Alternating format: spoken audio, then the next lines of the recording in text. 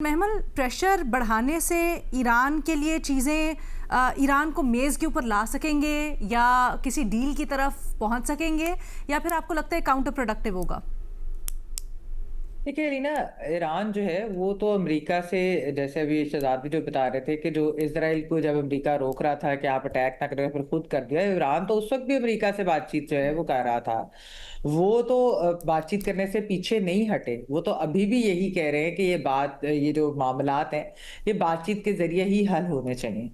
और आप देखिए कि पाकिस्तान जो है, पाकिस्तान भी ईरान के हम डिप्लोमेटिक सतह के ऊपर उनके फॉरेन मिनिस्टर से बात कर चुके हैं। हम जो है उनके साथ राब्ते के अंदर भी हैं रेगुलर, और हम इस सिचुएशन को मॉनिटर कर रहे हैं। और लास्ट टाइम भी पाकिस्तान ने एक कलीदी किरदार अदा किया था अमेरिका और ईरान के दरमियान, जो है वो मामलात तय करने के अंदर बड़ा एक इम्पोर्टेंट उनका था। और ईरान ने जो है वो तो उनको बाद में शुक्रिया भी अदा किया था। अच्छा, इस वक्त अलीना जो चीज है वो ये है कि जो बाकी खित्ते के भी ममालिक हैं, यूएई और सऊदी अरब की भी बात हुई, लेकिन बाकी भी जो ममालिक हैं वो भी ईरान के ऊपर कोई इस तरह की जो मिलिट्री जारहियत जो है उसके वो खिलाफ हैं। वो नहीं चाहते कि ये हो, क्योंकि ऑलरेडी 2.5 साल से इसराइल ने गजा में जो नस्ल कुशी का सिलसिला जारी रखा हुआ है, उस जंग की वजह से आप देखिए कि पूरे खित्ते के अंदर कितने और कॉन्फ्लिक्ट्स भी हुए, including Iran and Israel conflict. तो उसके बड़े जाहिर बात है दूरस्थ जो है उसके नताइज होते हैं, उसके इम्पैक्ट होता है, उसके इम्प्लीकेशंस होती हैं।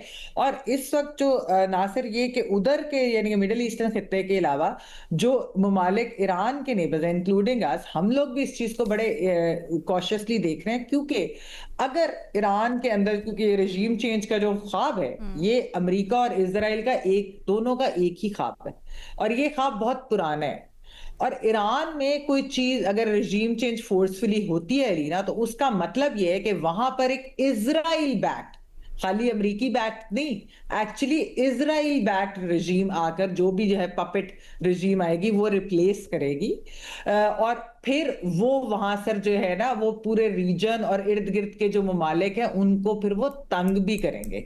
इसराइल का इस खित्ते में होना बहुत ही नुकसानदेह भी है, और खासतौर पे पाकिस्तान जैसे ममालिक के लिए। हम ऑलरेडी जो है इंडिया और अफगानिस्तान दो हॉस्टाइल नेबर्स हैं हमारे, हम एक तीसरा हॉस्टाइल नेबर जो है, और खास तौर पे अगर उधर इसराइल है जो कि एक प्रो इंडिया भी है, और उनके अपने भी आपको मालूम है कि हमसे मिसाइल है कि हम एक ही वाहिद मुस्लिम मुल्क हैं कि जो न्यूक्लियर पावर भी हैं, तो उनके अपने भी हमारे से जो है इश्यूज हैं।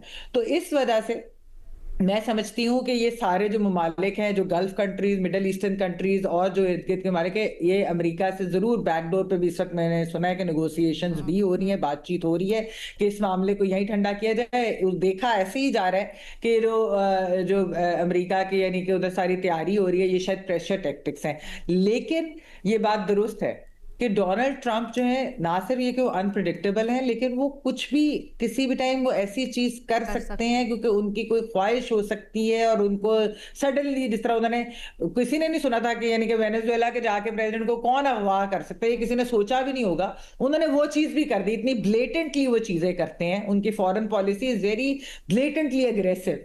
अच्छा, तो कुछ अंदाजे ये भी लगाए जा रहे हैं कि वेनेजुएला टाइप है। का कुछ यहाँ पर भी ईरान में भी कुछ कर सकते हैं। वो अलीना आसान नहीं होगा। देखिए अच्छा, वो आसान नहीं होगा। एक तो जैसे ये कि थोड़ा सा बीबीसी एक में डिफरेंस भी एक है। सहाफी हैं गार्डनर, वो मुख्तलिफ सिनेरियोज को मैप आउट करते हैं कि अगर अगर जी 7 की है मेरा। एग्जैक्टली 7 सिनेरियोज वो क्या हो सकते हैं कि अगर ईरान के ऊपर हमला होता है, तो जिसमें से एक ये भी पॉसिबिलिटी बताई जा रही है। मुझे बताएं महमल, अमेरिका के अंदर इसका सेंटिमेंट क्या है? हाँ नहीं, मैं रीना सिर्फ आपको थोड़ी सी ये चीज बता दूं कि जो अगर आप डिप्लोमेट्स वगैरह से बात करें ना, वो एक चीज जरूर कहते हैं। वो कहते हैं कि ईरान का थोड़ा सा डिफरेंस ये कि जब इसराइल ईरान कॉन्फ्लिक्ट भी हुआ था ना, तो जो मिसाइल अटैक्स ईरान से हुए थे ना, हालांकि जाहिर बात है इतनी कैपेसिटी नहीं है कि आप मुकाबला कैसे, क्योंकि इसराइल को तो अमेरिका की बैकिंग भी है मिलिट्री उसमें, लेकिन उससे इसराइल घबराया था।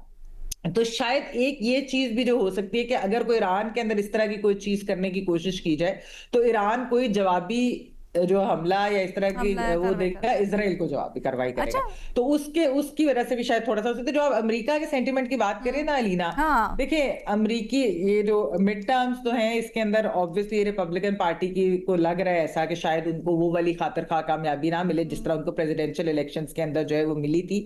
लेकिन वहां के लोगों को ये एक स्ट्रॉन्ग मैन उन्हें अच्छा भी लगता है और उनको इस तरह की बातें भी अच्छी लगती हैं कि ग्रीनलैंड भी हम ले लेंगे, यहाँ वेनेजुएला का ऑयल भी हमारा था, फलानी चीज भी, कनाडा भी हमारा है, बाकी चीजें भी, तो ये चीजें भी उधर सेल की जा सकती हैं। तो ईरान के ऊपर अटैक जो है वो एक तरह से वो सेल किया जा सकता है। इसलिए मैं कह रही हूँ कि एक अनप्रिडिक्टेबल है, कोई पता नहीं कि किसी भी वजह से अगर अगर उन्होंने कोई ऐसा जो है वो काम किया है, एक्शन ये लिया, स्टेप लिया, लेकिन फिर इकदाम भी किया।